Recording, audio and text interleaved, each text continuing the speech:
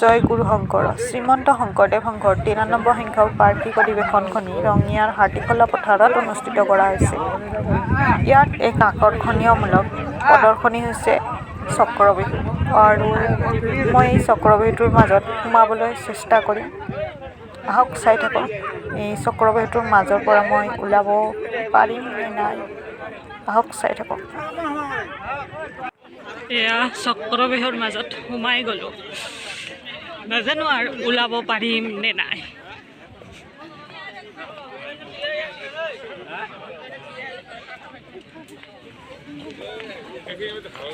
ওলাব পালেহে এতিয়া ৰক্ষা কৰিম। পাকৰ ভিতৰত সোমালো।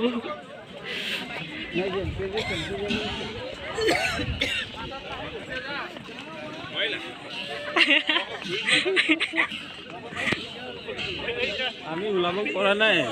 মই সোমালোহে। আপুনি নিকলবা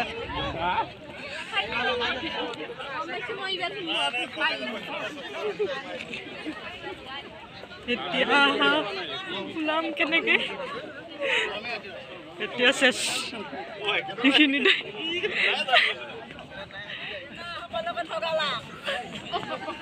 এতিয়া শেষ।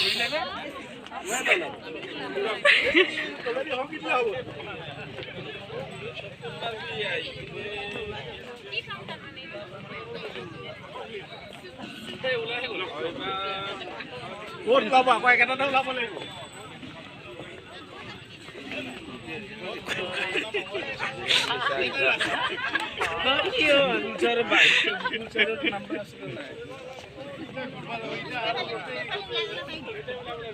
এতিয়া ওলাব পাৰিম নে নাই নাজানো আৰু।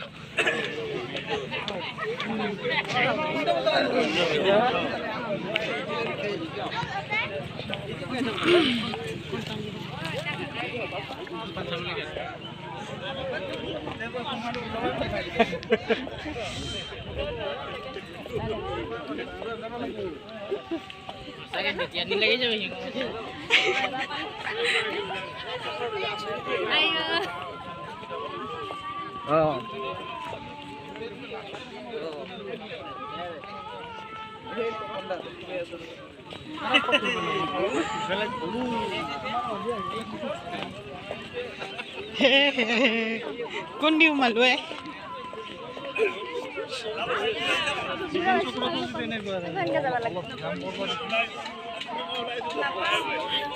বাপৰে ইমান পাক ওলাবই পৰা নাই এতিয়ালৈকে। নাজানো আৰু ইয়াৰ পৰা ওলাব পাৰিম নে নাই।